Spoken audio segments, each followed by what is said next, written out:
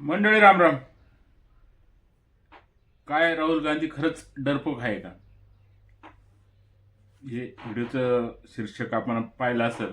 आणि काय बाबा आता हे महाराष्ट्रात एवढी घुमासान चालू आहे, घमसान चालू आहे महापौर निवडीची. कोण काय म्हणतं, कोण ठाकरेचाच म्हणतं, कोण भाजपच म्हणतं, कोण काय, या सगळ्या सध्या उहापोह चालू आहे. आणि तिकडे दिल्लीमध्ये एका माजी काँग्रेसी नेत्याने म्हणजे रिटायर झालेला शकील अहमद साहेब यांनी राहुल गांधीवर बॉम्ब फोडला का ते राहुल गांधी डरपोक आहे, इनसिक्युअर. इनसिक्युअर म्हणजे खरं असुरक्षित होतं, परंतु त्यांनी तो डरपोक म्हटलं. खरंच राहुल गांधी डरपोक आहे का? यावरच थोडी चर्चा करू मित्रांनो आपण. मी कृष्णा अत्रे आणि आपण बघत आहात माझा संवाद. मित्रांनो, काँग्रेसचे माजी केंद्रीय मंत्री, वरिष्ठ ज्येष्ठ नेते आणि बऱ्यापैकी होल्ड असलेले माजी एक नेते शकील अहमद म्हणून यांनी एक मुलाखत दिली होती.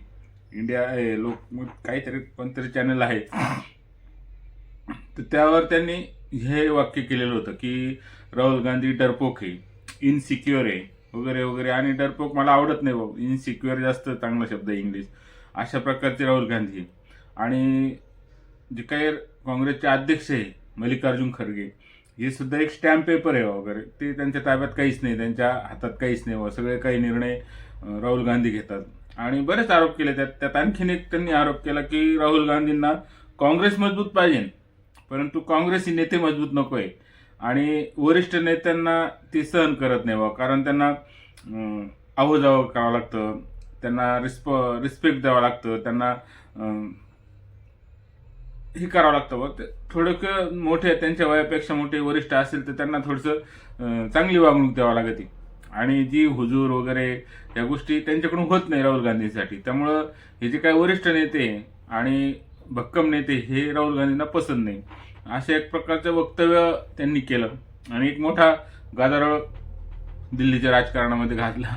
आणि भाजपने तो मुद्दा उचलून धरला, कारण काँग्रेसचीच नेत्याने राहुल गांधीवर टीका केल्यानंतर भाजप त्याची हे घेणारच, मदत घेणार, त्याचा फायदा उचलणार. त्या प्रकारे त्यांचे वक्तव्य आपण बघितले असेल.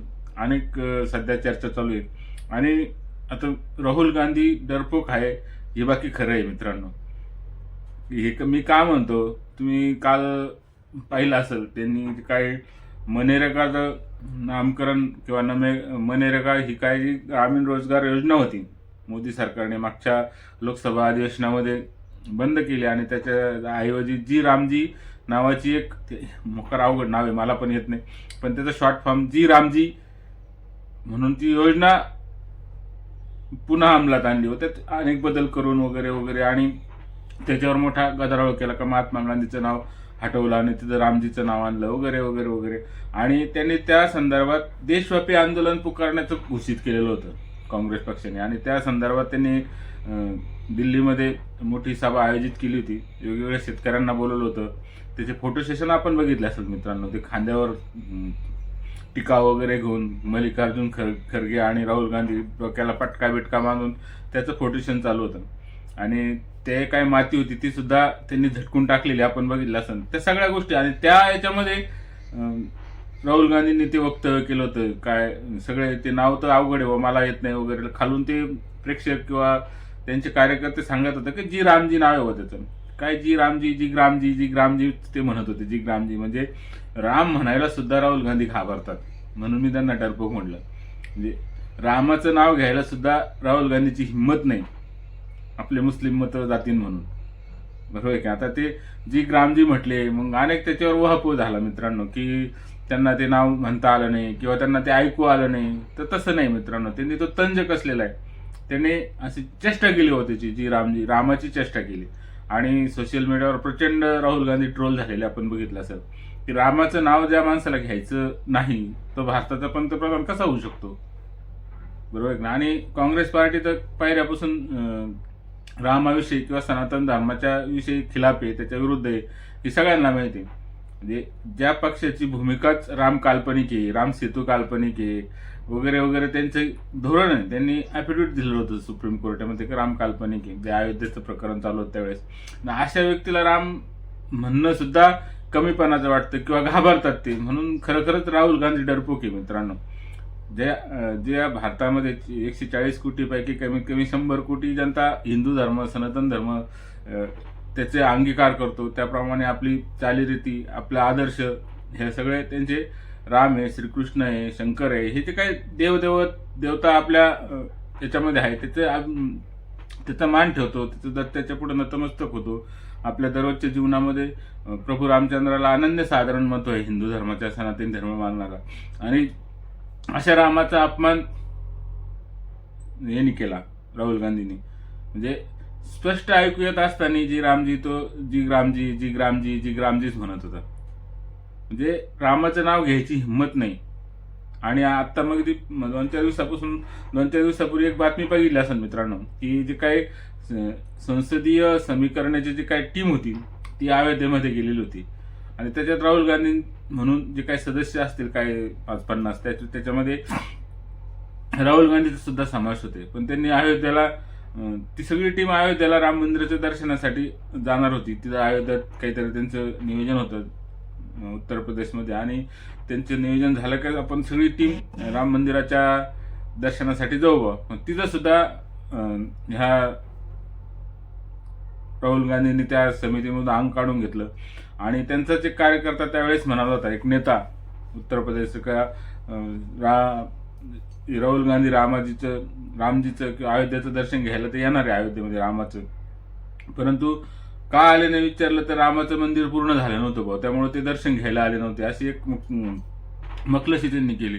परंतु आता सगळं झालं असताना सुद्धा, सगळी टीम मध्ये असताना सुद्धा ते अयोध्येत गेले नाही, प्रभू रामचंद्राचं दर्शन घेतलं नाही.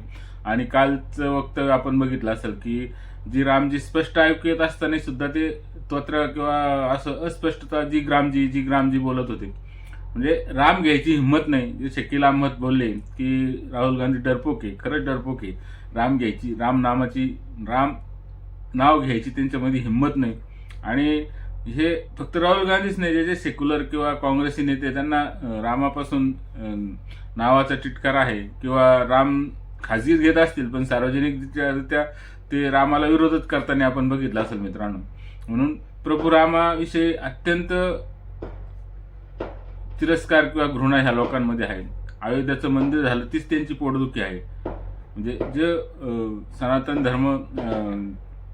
सनातन लोक अयोध्येमध्ये प्रभू रामचंद्राचं दिमाखात मंदिर उभं राहिलेलं, त्यांनी अत्यानंदित झालेले. लाखो करोडो लोक आतापर्यंत प्रभू रामचंद्राचं दर्शन घेऊन आलेले, आणि त्यांची आस्था आहे, भारताची आस्था आहे प्रभू रामचंद्र. आणि या आस्थेलाच ते कुचेष्टा करण्याचा प्रयत्न राहुल गांधींनी केलेला आहे.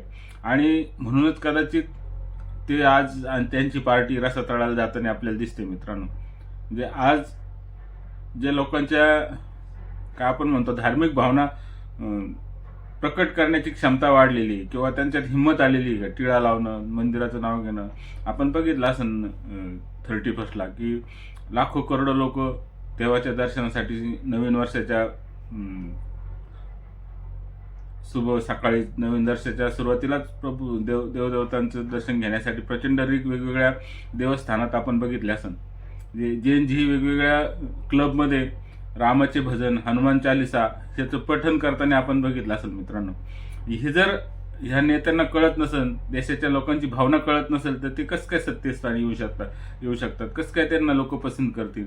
आणि सरळ ह्या लोकांच्या आस्थेचा जर ते मजाक उडत असतील मित्रांनो, हे का नाही, सरळ मजाक उडवलेला त्यांनी जी रामजी विधायकाचा. ठीक आहे, विधायकाच्या बाबतीत तुमचे काय ध्येय धोरणं असतील ते असेल, त्याची कमी सांगा, तुम्ही त्याचं नुकसान सांगा, पण प्रभू रामचंद्राच्या नावाचं त्यांना वावडं का, हे एक न समजलेलं कोड आहे मित्रांनो.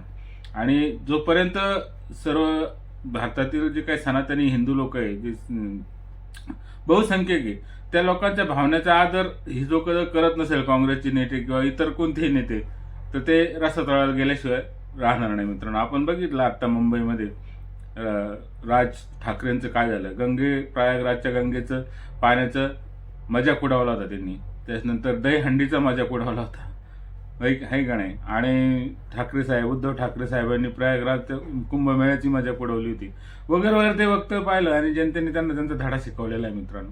अजून पण हे लोक जर सावध झाले नाही तर ते रसातळाला गेल्याशिवाय राहणार नाही. कारण की बहुसंख्य हिंदू लोकांच्या भावना जागृत झालेल्या आहेत. ते आता स्पष्टपणे आपल्या भावना वेगवेगळ्या प्लॅटफॉर्मवर मांडतायत, दिसत आहेत. मांडताना दिसत आहेत आणि त्याला प्रचंड लोकप्रियता पण मिळते मित्रांनो. म्हणून हे जे काही वरिष्ठ नेत्यांनी आपल्या सनातन धर्माचा किंवा आपल्या जे काय आदर्श स्थान आहे दैवत यांचं जर अपमान करण्यात मागं पुढं पाहत नसेल तर जनता त्यांना त्यांच्या जागा दाखवल्याशिवाय राहणार नाही मित्रांनो. म्हणून खरंच राहुल गांधी डरपोक आहे. रामाचं नाव घ्यायची हिंमत त्यांच्यामध्ये नाही. आणि राम नाव घेतलं तर एक पक्ष, एक त्यांचा सेक्युलरिझम काय म्हणतात, मुस्लिम मतदार तो त्यांच्यापासून दुरावू शकतो अशी त्यांना धास्ती लागलेली आहे. म्हणून कदाचित रामाचं नाव त्यांनी घेतलं नसेल आणि जी रामजीऐवजी जी ग्रामजी म्हणून त्यांनी उद्भवलं असं शकील अहमदचं त्यांची हिंमत झाली. खरं राहुल गांधी खरंच डरपोक आहे आणि खरंच डरपोक आहे मित्रांनो. आता अनेक प्रकारचे मीम्स त्याच्यावर आपण बघितले असेल. तर मला सुद्धा वाटतं की प्रभू रामचंद्राचं नाव घ्यायची हिंमत राहुल गांधीमध्ये नाही आहे. आपल्याला काय वाटतं मित्रांनो? विषय जर आवडला चॅनल सबस्क्राईब करा, लाईक करा आणि व्हिडिओ पाहिल्याबद्दल धन्यवाद.